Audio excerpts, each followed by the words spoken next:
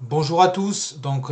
Pour cette deuxième vidéo, j'ai décidé donc de faire la démonstration donc du principe fondamental de la statique des fluides. Donc c'est une relation qui est parachutée en première spécialité. La démonstration, elle, en revanche, elle n'est pas au programme de première. Donc j'ai décidé dans cette vidéo de faire une démonstration, donc démonstration qui n'est pas très rigoureuse, je l'entends, puisque mon objectif est vraiment de viser un public du cycle terminal, donc première et terminale de spécialité. La démonstration vraie, entre guillemets, est plutôt enfin pas plutôt, pour un public de deuxième année. Elle fait intervenir des développements limités, pardon, d'ordre 1, puis un gradient, si je me rappelle bien. Donc c'est un peu plus compliqué, ça ne serait pas compréhensible donc pour des premières terminales.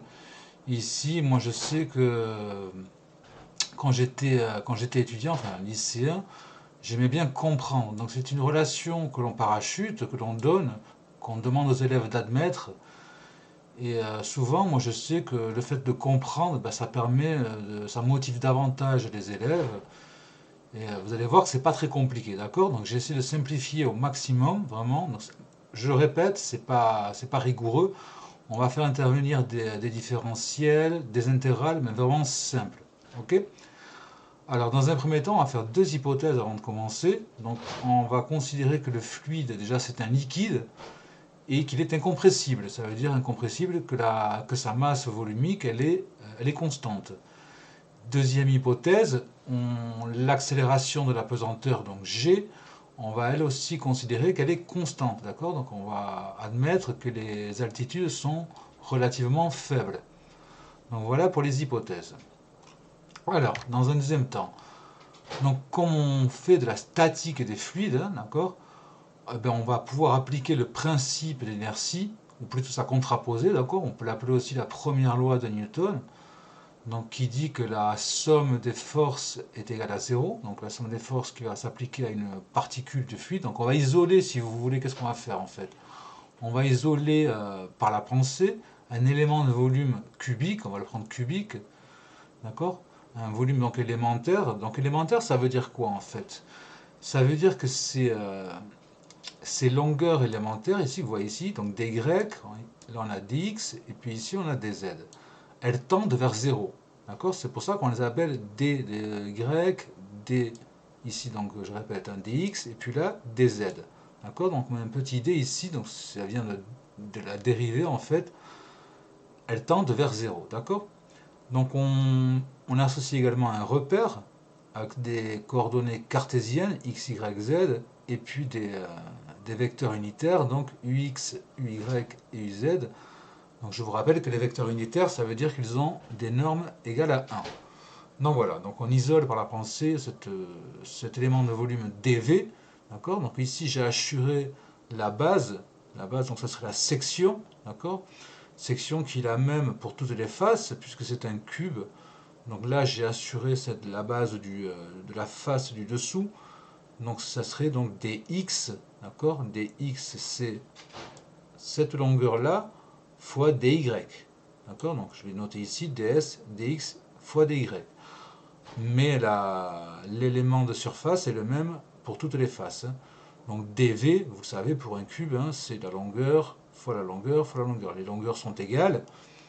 Donc je l'ai noté ici, c'est dx fois dy fois dz. Donc voilà comment on va poser notre problème. Donc on va continuer. Alors, il y a beaucoup de calculs, mais ne vous inquiétez pas, on va y aller petit à petit. Et donc pour le premier principe d'inertie, dans un premier temps, on va faire donc ce qu'on appelle le bilan des forces. On va voir toutes les forces qui s'appliquent donc à cet élément de volume-là. Donc il y a deux types de forces en fait. Il y a les forces de pesanteur, le poids, d'accord, puisqu'on fait l'expérience sur Terre. Le poids, vous savez qu'il s'applique toujours au centre de gravité.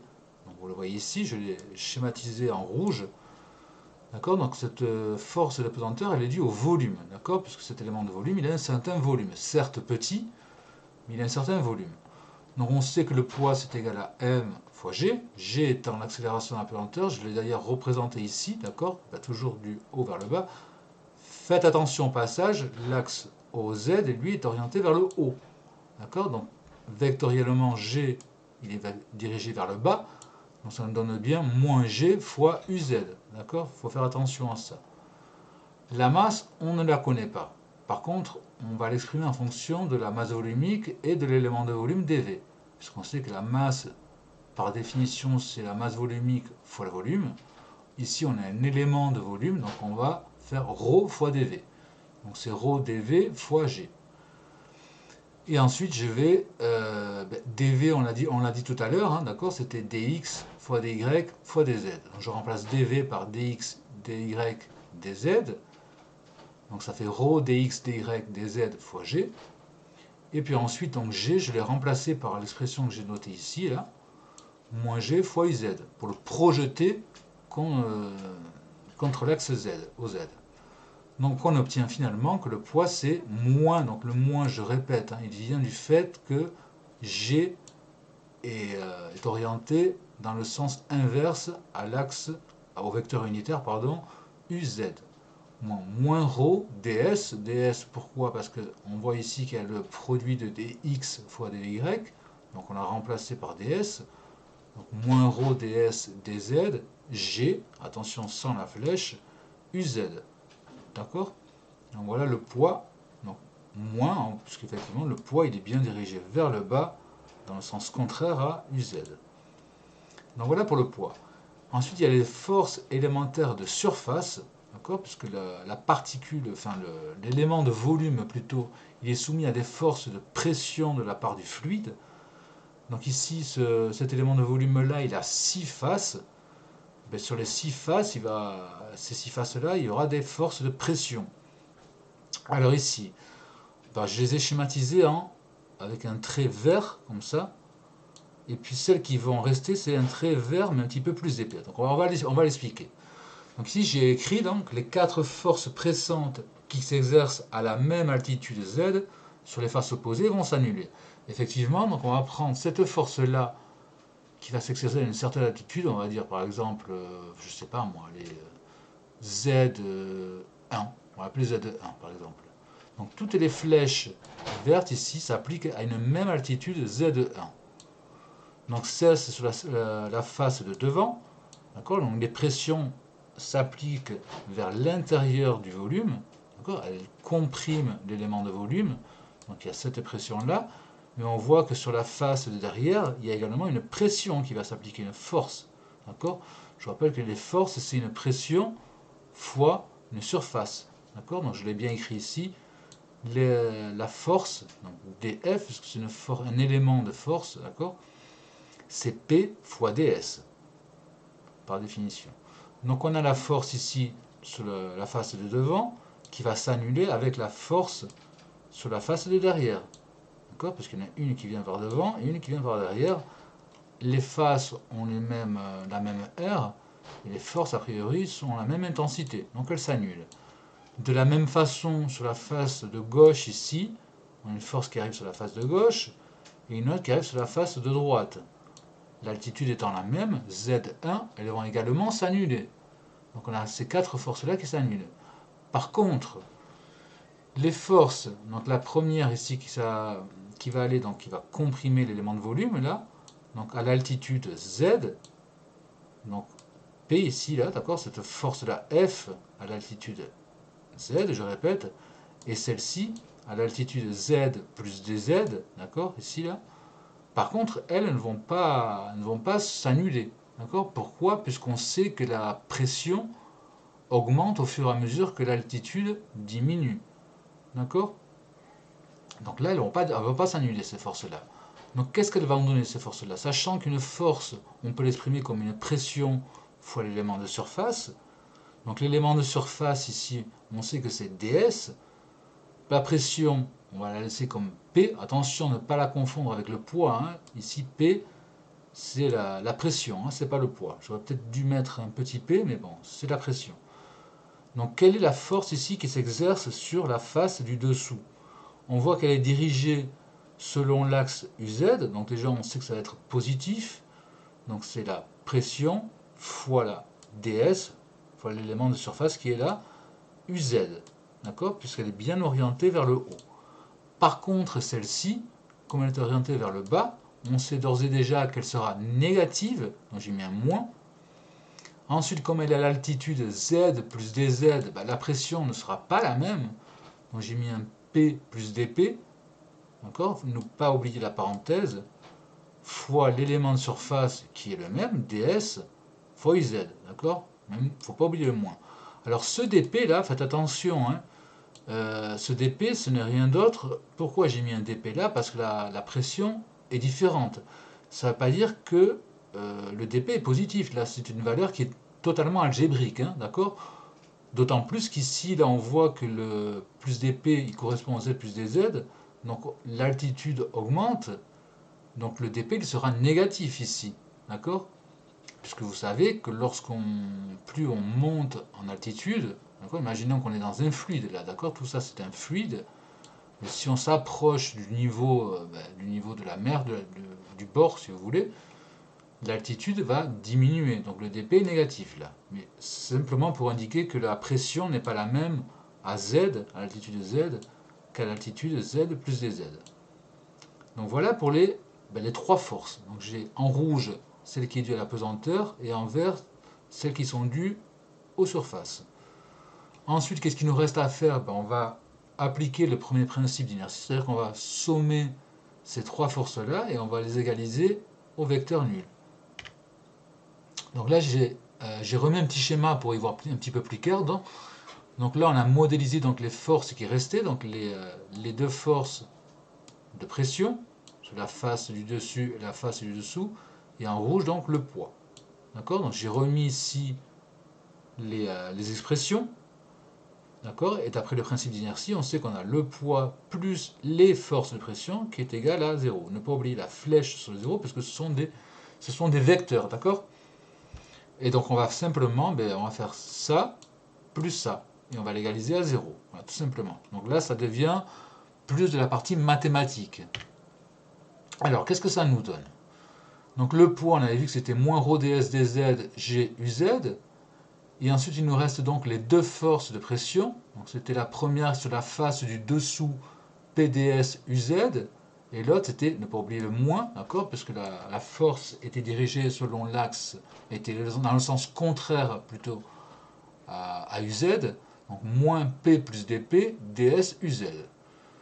Donc on voit que toutes ces forces-là n'ont que des composantes plutôt sur uz, donc ça nous permettra déjà de les projeter, de pouvoir enlever le uz. Qu'est-ce qu'on remarque d'autre? On remarque que toutes ces forces dans les membres, il y a un ds, donc on va pouvoir simplifier par ds. Donc c'est ce que j'ai mis ici, d'accord, avec les petits traits bleus là. D'accord? On peut simplifier. Donc il nous reste moins ρ dz g plus p, moins p plus dp égale à 0. Donc voilà. Donc je réécris ça directement, autrement plutôt. dp est égal à moins ρ g dz. D'accord? Donc c'est ça ce qu'on appelle la loi fondamentale de la statique des fluides. Or parfois on peut la retrouver aussi comme dp sur dz égale à moins ρg. On appelle ça une équation différentielle, d'accord? Mais je ne vais pas trop rentrer dans les détails, je ne vais pas trop alourdir la démonstration. J'espère que jusqu'à là, ça reste assez compréhensible, d'accord? Donc pour retrouver notre relation initiale, on va simplement intégrer le membre de gauche, intégrer le membre de droite, et on va voir si on peut retrouver notre relation initiale, d'accord? Donc là, vous voyez que la pression, elle s'en va, d'accord? Quand on va développer, le moins s'applique à tout ce qu'il y a à l'intérieur de la parenthèse. Donc P moins P moins dP, d'accord? Il faut faire attention au moins, au chiffre moins. Là. Donc voilà, donc on va essayer de retrouver cette relation qui est là, qu'on avait énoncée dans la première diapositive. Donc on va intégrer. D'accord? On va intégrer ce qu'on avait trouvé tout à l'heure. Donc on avait trouvé que dP est égal à moins ρg dz. Donc le schéma initial, on a celui-là. Donc on peut intégrer de A à B ou de B à A. Par contre, si on intègre de A à B, c'est ce qu'on va faire. Il faudra intégrer le deuxième membre de A à B aussi. D'accord? On ne peut pas intégrer de A à B dans un premier membre et l'autre de B à A. Ça, on ne peut pas. D'accord? Il faut intégrer bien d'une borne à l'autre dans les deux membres. Donc ici on intègre quoi? Une pression, donc de la pression lorsque Z, l'altitude est égale à A, jusqu'à que la pression à l'altitude Z égale à B. Ici c'est moins ρg dz, donc on voit que la variable ici, si vous voulez, c'est dz, donc de Z égale à A jusqu'à Z égale à B. Alors dp, automatiquement, quand on intègre, ça va nous donner une pression, mais attention, il faut tenir en compte les bornes d'intégration, donc ça va nous donner la pression en B, moins la pression en A, et là pareil, hein, dz ça va donner z, mais il faut tenir compte aussi également des bornes d'intégration, donc moins ρg zb, et là combien un moins, ça fait moins moins, donc ça donne un plus ρg za. Là j'ai simplement factorisé par ρg, ρg facteur de quoi? De za moins zb. Et puis pour retrouver la relation qui était au début là, ben, j'ai simplement multiplié par moins 1. Donc, je ne l'ai pas écrit, mais là, pour passer de là, d'accord, à ici, j'ai multiplié par moins 1. Donc au lieu d'avoir PB moins PA, je retrouve PA moins PB. Mais si je multiplie par moins 1 dans le membre de gauche, je le fais pareil ici, dans le membre de droite. Donc j'ai simplement changé ZA moins ZB par ZB moins ZA. Donc on retrouve finalement PA moins PB qui est égal à ρg facteur de ZB moins ZA. Donc on a bien retrouvé notre formule initiale. D'accord? Donc j'espère que... Ah voilà, j'ai mis une petite remarque, pardon. Donc effectivement dans les exercices, donc là, le schéma ici, on voit que les deux points sont dans le fluide. Mais vous verrez bien que dans les exercices, en fait, il y aura souvent un point qui sera là, par exemple. D'accord? Je vais le faire, par exemple. D'accord? On aura souvent un point qui est là. D'accord? Pourquoi? Puisqu'on sait qu'ici, là, la pression en ce point, ben, elle est égale à la pression atmosphérique. Et la pression atmosphérique, on la connaît. C'est 1013 hectopascales. Donc en fait, ça va simplifier les calculs. D'accord? Donc c'est souvent ça que vous aurez à faire dans l'exercice. Je ne dis pas tout le temps, je ne vais pas généraliser non plus, à moins que l'on vous donne les valeurs des pressions. Enfin, vous aurez toujours des indications, d'accord? On ne peut pas avoir 4 inconnus pour une seule équation, c'est pas possible, d'accord? Donc ρ, si c'est de l'eau, ça vous devez le connaître. Si c'est un autre fluide, on vous donnera sa valeur.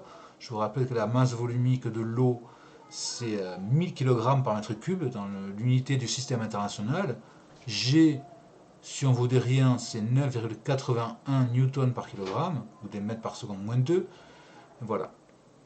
Bon, mais j'espère que cette vidéo vous a été utile, a été simple, vous a permis de comprendre cette relation, d'accord, qu'on parachute. C'est pas parce que les professeurs vous demandent de l'apprendre par cœur, c'est parce qu'au programme, elle n'est pas, la démonstration n'est pas exigible, d'accord.